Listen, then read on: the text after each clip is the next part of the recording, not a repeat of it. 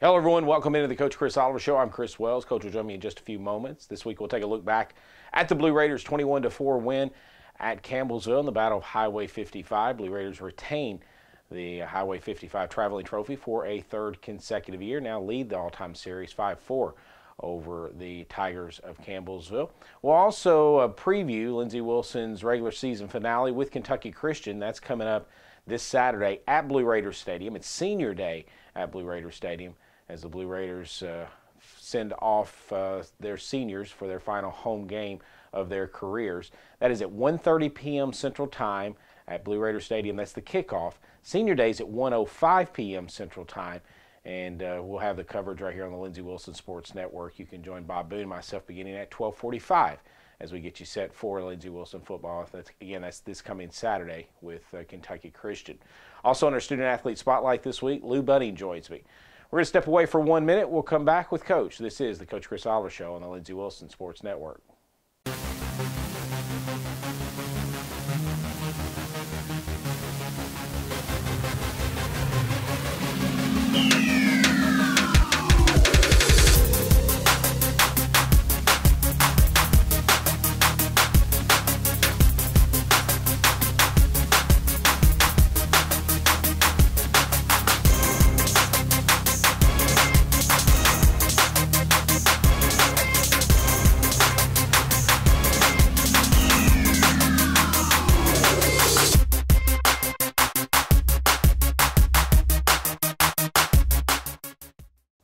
Welcome back to the Coach Chris Oliver Show. Coach joins me now. Blue Raiders win 21-4 on Saturday over Campbellsville to retain the Highway 55 Traveling Trophy. And Coach, now you have the lead for the first time, 5-4 in the series. Yeah, you know, it's a cool rivalry for us, and you know, we've talked about it's a natural rivalry in all of our sports. And you know, in football we get the Traveling Trophy, and that's a cool thing. And you know, we have developed the Battle of Highway 55 name in all of our sports, but you know, it's a rivalry that's gone on for years, even before football came in. And you know, we started off in 2010, and you know, we were at two different points in our programs, and you know, they had a head start on us. They were better than us, and they kicked our teeth in a few times, like I said, after the game. And you know, finally got to that point in 2013 we won, in 2014 we won, and 2015 had that chance to even up the series at 3-3, and didn't do it, and now we've won the last three in a row. So it's nice to be in a spot where we had the lead in the rivalry. We've won 5 out of the last 6, and you know, we take a lot of pride in that, and our guys work hard for that, and it's fun to be as young of a program as we are and still have, you know, kind of a natural rival in that Traveling Trophy. It's a cool thing, and I'm proud of our guys for what they did on Saturday. Campbellsville is one of the 2 programs that we've played every year in our existence, Georgetown being the other. And it's kind of saying something because there's been some fluctuation in the divisions over the years, where Campbellsville and Lindsey wasn't in the same division for a couple of years. Yeah. So it is kind of neat that we've played them every year, and that something is on the line. I was talking to Bob Boone, and you know, that you got the Egg Bowl in Mississippi, and you know, up the road in Cumberland's, and Union has the Brass Lantern. It's just, I don't know. There's just something about playing one time a year. Yep. You know, in basketball we play twice, and you know, golf we play multiple times. You know, soccer we do play one time, but chance to meet them in the postseason. But you know, you're just going to play them one time over the course of a year, and it's just kind of neat that there's something on the line that the guys can hold up after the game. Yeah, you know, and there's so much on the line in football because you only get those 10 or 11 guaranteed opportunities as well. So there's a lot of pride that goes into that, and I think the team that gets to bring that trophy home and hang on to it for a year has a lot of pride. And I can tell you, it makes you a little nervous when your athletic director comes the day before the game and says, we're going to take this trophy. I'm taking it to the game, just like they've had that moment where you got it sitting there, and then all of a sudden your boss comes in and says, all right, I'm taking the trophy, and we'll see what happens tomorrow. You know, it makes you a little nervous. You get used to seeing that. And, it's an empty mantle without that thing up there over there. Sure. You know, we display it in a spot that's pretty prominent. You see it as you walk into our offices, and when it's not there, it looks empty. And that's one of the cool things about the rivalry, and it's motivation to keep it, it's motivation to win it, and you know, it's a fun thing. 21-4. You don't get many 4-point football games. A couple of safeties in the game. We'll talk a little bit about that in our next segment. But the score was unique, and I guess it's fitting that in a series that we've played every time in our 9-year history that there's something unique happening. There's been some unique things with Lindsey Campbell. I think of the delayed game finishing the day after you start and things of that nature, but you don't give up 4 points too often. No, and it's a shame for our defense that we didn't get a shutout, on the scoreboard, because our defense played so well in so many ways, and we'll talk about that as we go on. I did some Googling. I found a 2008 Penn State Iowa game of 6-4. That's the most recent one I could find, and I certainly may have missed some things. I had numerous texts from guys in the profession, other coaches who I've worked with or worked for, just numerous texts like, is that score right? How did that happen? Because even football people, guys who have been around this sport, our whole lives, you realize that 4 is such an unusually, just weird number to end up with, and to have 2 safeties and no other points. It's just a weird thing, and we're glad we had 21. 21-4, Lindsey Wilson wins on Saturday at Campbellsville to improve to 6-3 on the season. We're going to step away for 1 minute. We'll come back with Coach. This is the Coach Chris Oliver Show on the Lindsey Wilson Sports Network.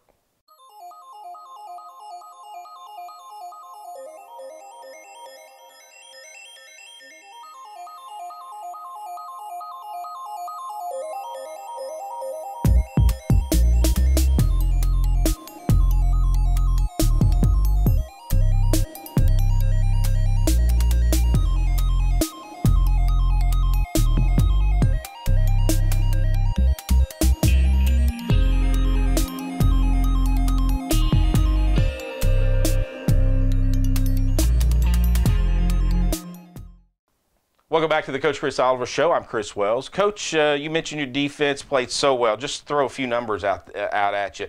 22 of 37 first down plays went for 2 yards or less. I mean, we talked about how we struggled a bit in the Bethel game, giving up big plays on first downs. Not the case on Saturday. 5 takeaways, 7 sacks, both season highs for this defense. And you mentioned didn't give up any points. Yeah.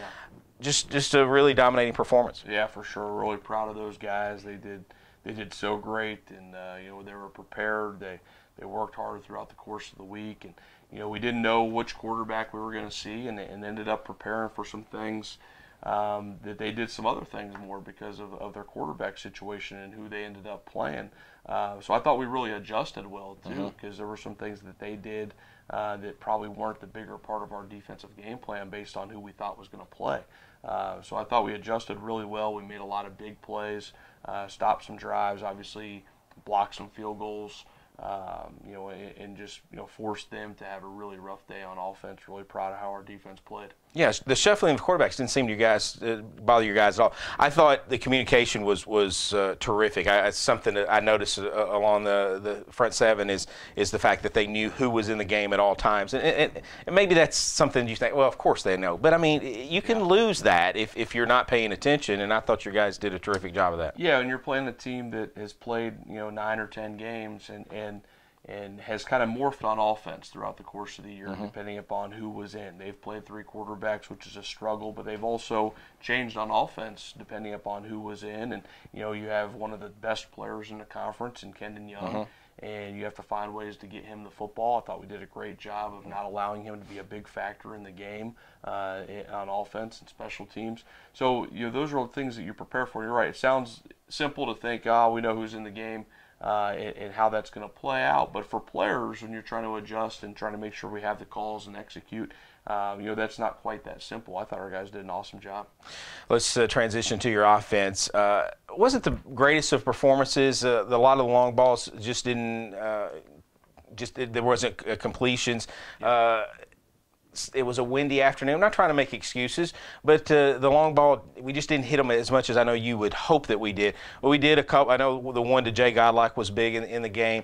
There was a couple of drives that we really moved the ball. I thought it was a better performance, obviously, than Bethel, but still not where you want to be. Yeah, I mean, we're very inconsistent right now on offense, and we've got to continue to get better. And we've got some shuffling parts at different spots, just due to health, and that's part of the game, and that's things that other people are dealing with as well. But you look at the controllables and the things. We come out and we have our first 3rd and 3, and we take a shot on a fade over the top. And even though that's not really what you want to do a lot on 3rd and 3, in that case he was open enough that it's probably the right decision. And we missed a protection at running back and at offensive line, and had a blitz hit us right in the mouth as the ball's coming out. If we pick up that blitz, that's probably a touchdown on 3rd and 3 on the first series, and that ball is going to be right on him, and Cam White was on top of that corner by 2 yards. So little things like that go into it. We come out the next series and get into 3rd and 8 and throw a ball over the top, and it hits us right in the hand, and we got to fight through. It probably could have been pass interference, but you're not going to get that call all the time. So just things like that. We got to do a better job of making those plays when they're in front of us, being more consistent up front. Just all those things. And we've talked about it. A great offensive football takes 11 guys executing together. And we've had moments this season where we have been great, and we've had moments where we've been less than that. And we still have the opportunity to be a very, very good offense. But we got to play more consistently than we are. And again, we're not gonna hang our head and say, well, we have injuries. We can do this.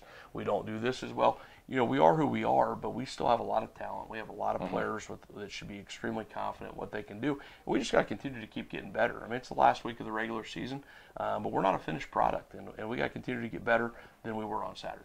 Special teams wise, it was interesting. Kind of the way you would want it. You only returned 1 kickoff all afternoon long, and that's a perfect day. The special teams wasn't a huge factor in this game outside of David Nobles, who was the special teams player of the week in the Mid-South Conference, which you don't see a defensive lineman too often get special teams player of the week. But it wasn't a huge part of the game. Am I right? Well, there were some funky things there. Unfortunately, our punt team was a part of the game in a negative way. So you go through it. I thought our kickoff coverage was really good. Throughout the course of the day. We could have had some better kicks, but I thought our coverage was really good except for the long return.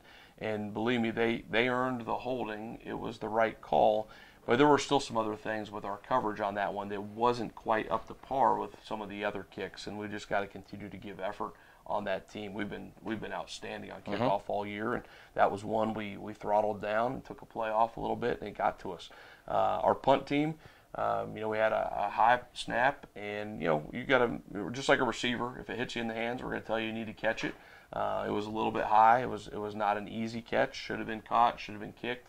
Should have been snapped right where we want it. All those things, and it's a shame that we gave up 2 points there. And on our other one where we had a punt block, we just missed a block. I mean, just nothing more than that. We were a little bit slow getting up to the line of scrimmage. We got to break the huddle faster so we can get our count. But it was just we whiffed on a guy, and it wasn't necessarily anything that they did scheme-wise. They won a one-on-one battle, and they got to us. So, we've got to go back and execute the basics there. So there were some things that were a little bit ugly, a little bit sloppy. There were some other things that were really good. And then obviously our field goal blocks, defense/field goal block, that was a big aspect too. So kind of a mixed bag. 21-4, Lindsey Wilson defeats Campbellsville. They retain the Highway 55 trophy for another year. It'll be across the street at the football office for another year until 2019 when Lindsey Wilson takes on Campbellsville at Blue Raider Stadium. We're going to step away for a minute. When we come back, we'll have our Student Athlete Spotlight. This is the Coach Chris Aller Show on the Lindsey Wilson Sports Network.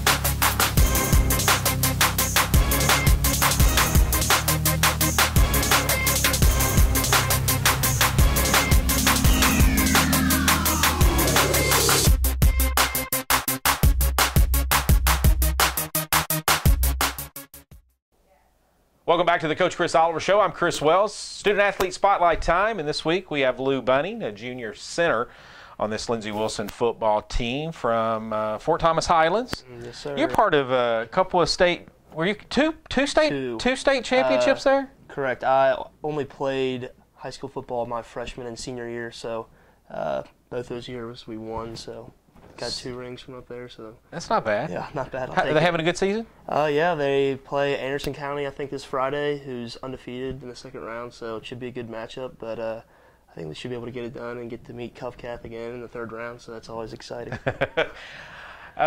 Lou obviously was injured in the Presbyterian game. Has been out since. Give us a little update on where you're at. I'm off crutches. I'm still got a little limp, but I wanted to get off crutches as soon as I can. So walking a little bit now, doing a little better. So it's a long process, but just gotta stick with it and be back out there for next season. So when you woke up from surgery, what was there? Were you in a lot of pain? Did they give? I mean, what's the first thing you woke up? Because I know a lot of your teammates showed you a lot of love on Twitter, and I know you showed them a lot of love as well. Yeah. So the whole process, we got hurt. That was like a Thursday night game. Got home Friday afternoon. Immediately went to the hospital. Got surgery that afternoon. Woke up and.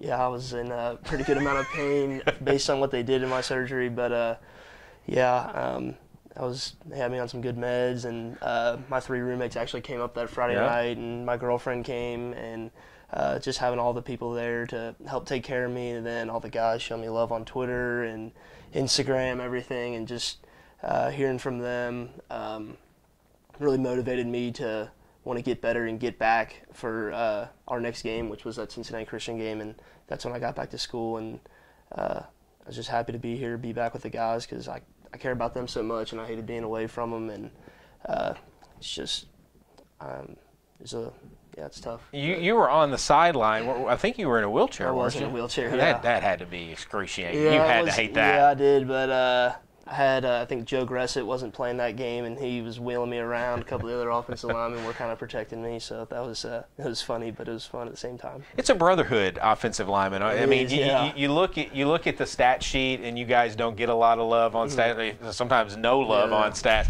So you gotta lift each other up, and I know here at Lindsey Wilson, it's especially close. Oh yeah, and I love hanging out with those guys, and like you said about the stats, we don't have any really stats. You might get mentioned if the running backs have a good day, or if we keep Dukes' jersey clean, but other than that, we don't really get a whole lot. So you only get the negative stuff, like he was holding. I mean, that's wrong. Sacks, or I got to talk to the guy who does the radio, make sure that he throws out some more love for the offensive lineman. We'll talk about the offensive lineman for just a moment. Here's a unique question that you probably never been asked before. I hope you thought a little bit about it. I talked to you a little bit about it. Who's the fastest offensive lineman on this team?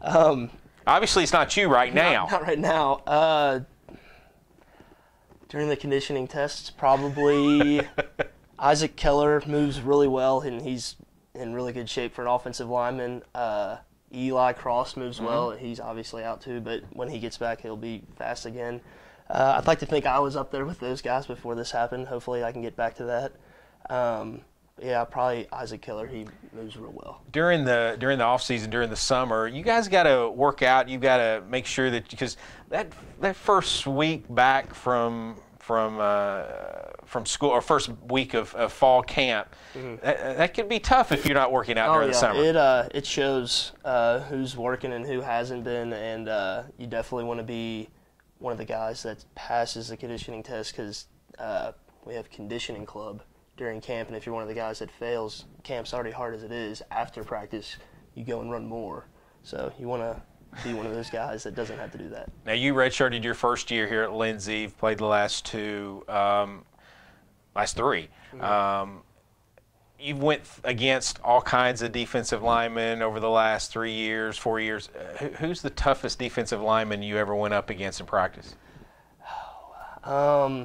Back when I played tackle, I used to hate going against Chris Oldham, because he would just get a great punch in you, and after he had inside hands, it was over. And then since I moved to center, Steve Wallace and D'Angelo Barrios are almost copies of each other in different forms.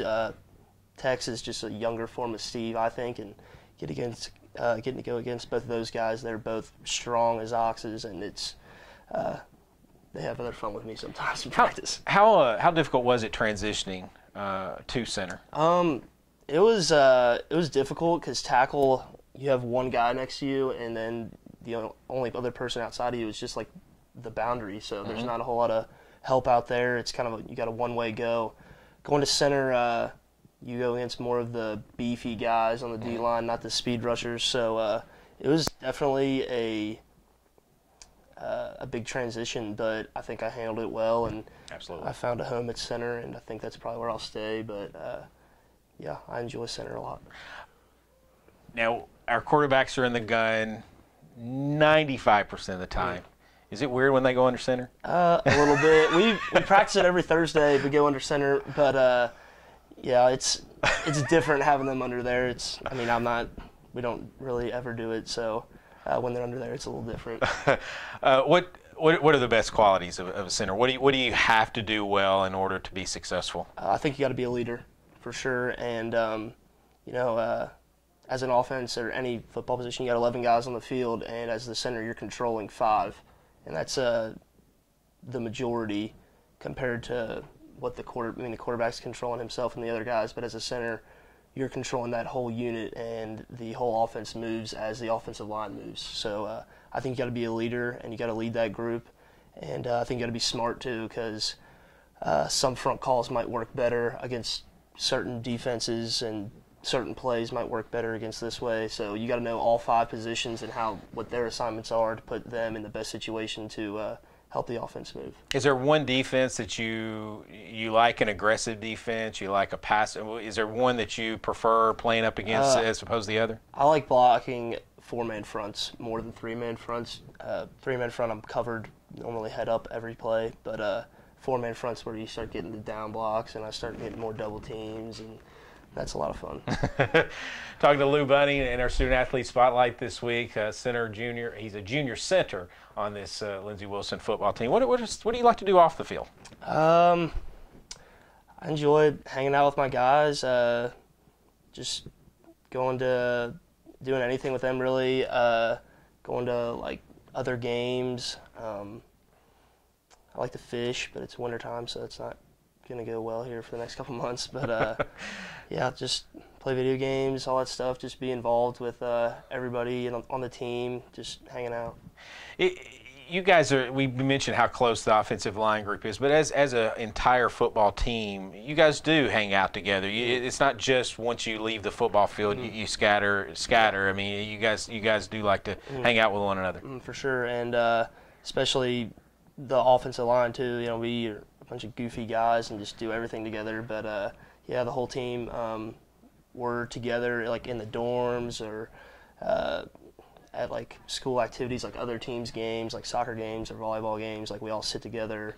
So yeah, it's your really good friends from the team, and that's it. You said you're a bunch of goofy guys. Who's the goofiest on the team? Because I had Marcus Butler in here earlier in the year. I'm sure you saw that interview. Yeah, he's like a little goofiness to him. He does, and yeah, I've been fortunate to play next to him for 3 years now, and he is just a character, and I enjoy all my time with Marcus. He's definitely one of the goofier guys, but just pure goofiness. And it's probably freshman offensive lineman Luke McCune. Okay. And then another offensive lineman, Bob Cox. They are just goofy guys, and they provide entertainment. We actually had like joke battles during camp with those two, who would tell the better joke in our offensive line meetings. Who ultimately won? A tie? Probably, but Luke had some ones that were real funny, just because he's from Montgomery County, and he's got this thick country accent, and he gets it rolling. So from week to week, how different is preparing for a team? I mean, obviously you guys come in and you do a lot of film work. How difficult is it, or different is it, going from a Georgetown to a Campbellsville to a Kentucky Christian on down through the line? I think the first thing we really look at is what kind of defense they run, and then we make our adjustments off that. So, like, going back to what defenses I like to block, Georgetown ran that 3-man front. So, and then you get teams that run 4-man fronts, and then Campbellsville has this odd 4-man front that's a little different. But, yeah, I think we prepared well and just kind of break down their defense and break down personnel and then make our adjustments and go from there. Finally, I'll let you get out of here with this. Coach Oliver talks all the time about the prep squad and how important they are, and you were part of that prep squad your first year when you redshirted. How important is the prep team from your standpoint, preparing you for the week? I think it's as important as what we do on Saturdays. Them giving us a great look and trying to be the defense that we're going against, I mean, it prepares us more than anything could. So all those guys on the prep D line, just keep working, and they'll be playing on Saturdays before we know it. Going against the ones as a prep defense or prep offense, going against the one group, you're going against the better guys on our team, so that's going to prepare you even more, and that makes them better players in the long run, so it helps our team a lot. Lou, we miss you out there on the field. Looking forward to getting you back out there next year. Yes, sir, for sure. Lou Bunting in our Student Athlete Spotlight. We're going to step away for 1 minute. We'll come back with Coach. This is the Coach Chris Oliver Show on the Lindsey Wilson Sports Network.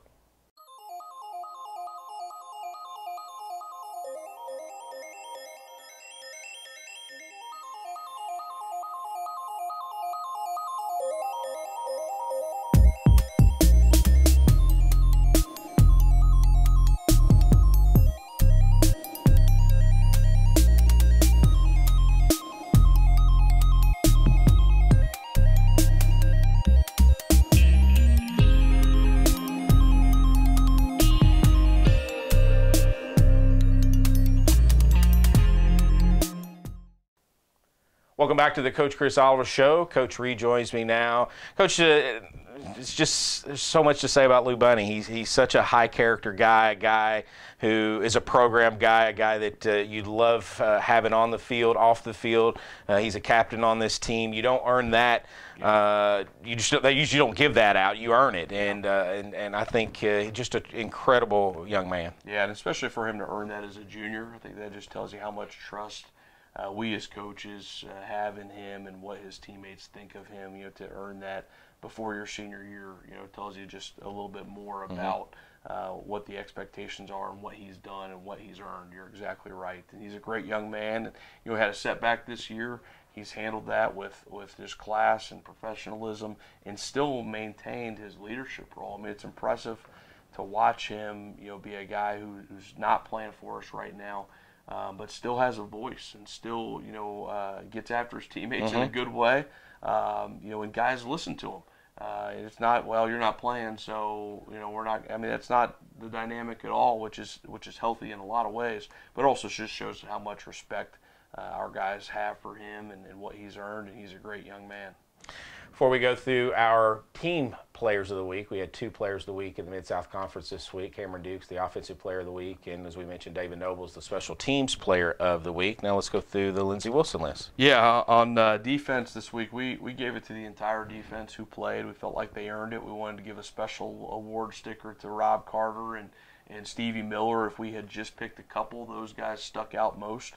But, we wanted to give it to the entire defense who played. Offense, we felt like Dylan Borges was our best offensive player this week on the offensive line. And, he played really well at left tackle, and so he was kind of our O-lineman of the week and our offensive player of the week. Prep offense, Robert Brantley, Josh Lewis, and Demetrius Patterson. Prep defense, Cooper Gray, DeMarquise Davis, and Cameron Stewart. And again, there's some names there that we've called a few times this year. And then prep special teams, Deontay Burt continues to show up and do awesome for us. Ian Sauter and Eric Baxter. So again, you don't go out and win on Saturday unless your practices are at a certain level, and that takes the prep teams and those guys getting it done. And we're just so grateful for those guys. And again, it's awesome to see guys get opportunities on Saturday who have spent time on the prep team, and whether previous season, sometimes this season, those are cool things to see those guys put in that time for their team, execute their role, and then get that opportunity to go out and play in games. We had a big hit this week. Stevie Miller had one on their quarterback and had a big hit there on that. And then big plays. Robert Carter, we gave it to him for his first interception. Shea Martin had a big sack on 1st and goal that put them in a bad spot.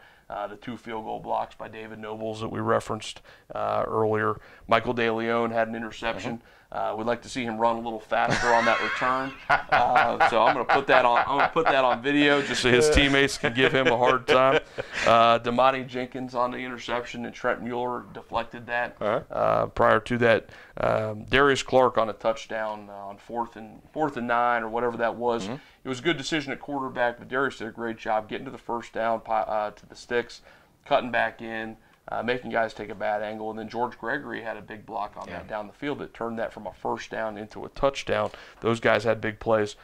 Cam Dukes to Cam White on the touchdown in the red zone. Had a little route, a little deep slant route, and put it right on him in a window. It was a great catch with a guy on his back.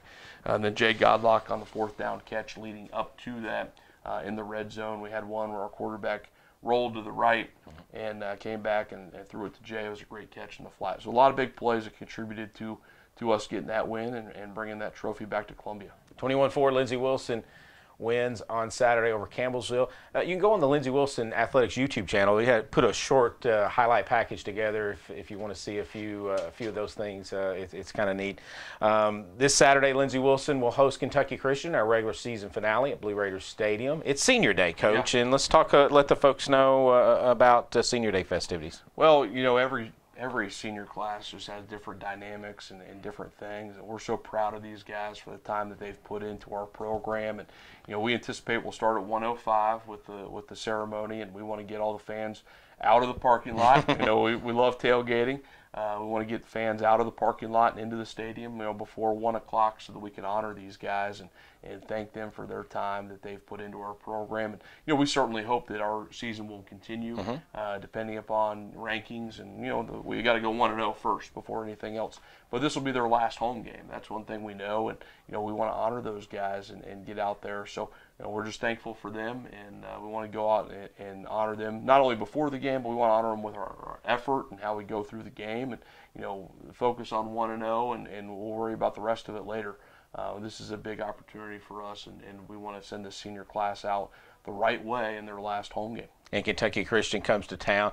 It's a team, a program that's been interesting over the years. I think of the double overtime game their first season up at Marshall University, and then they came to our place and beat us a year when we were nationally ranked. And so it's been a good rivalry over the years. We haven't played every year, but they've always kind of it's been a battle over the years with Lindsey and Kentucky Christian. Yeah, for sure. They always play hard. They always just have a certain type of gritty guy on that roster, it seems like, and they play hard and have played us tough numerous times over the years. And and then it kind of came through 2014 when we won our first conference championship. We were in a dogfight at halftime, and we blocked a punt and kind of ran away with it in the second half. But that game was really close. And then they went through a couple years where had some coaching changes and have just fallen off a little bit with some of their execution, those things. But now they're in the second year of a new coaching staff, and things are moving in the right direction. You can see the program again developing in the right way again, and those guys improving. And they're inconsistent. We are inconsistent as well. You look at this team. We come off a week where we beat Georgetown in overtime and beat them by 6 points, and these guys go out and they scored 35 points the next week on Georgetown, and that's a defense that we know is really good. And they come out and they put up 200-plus rushing yards and move the ball. So, this is a team that, when they execute well, they've got some things going for them, and we've got to be completely focused. I think we are, but we've got a challenge on our hands, and we got to show up, and we got to be ready to go.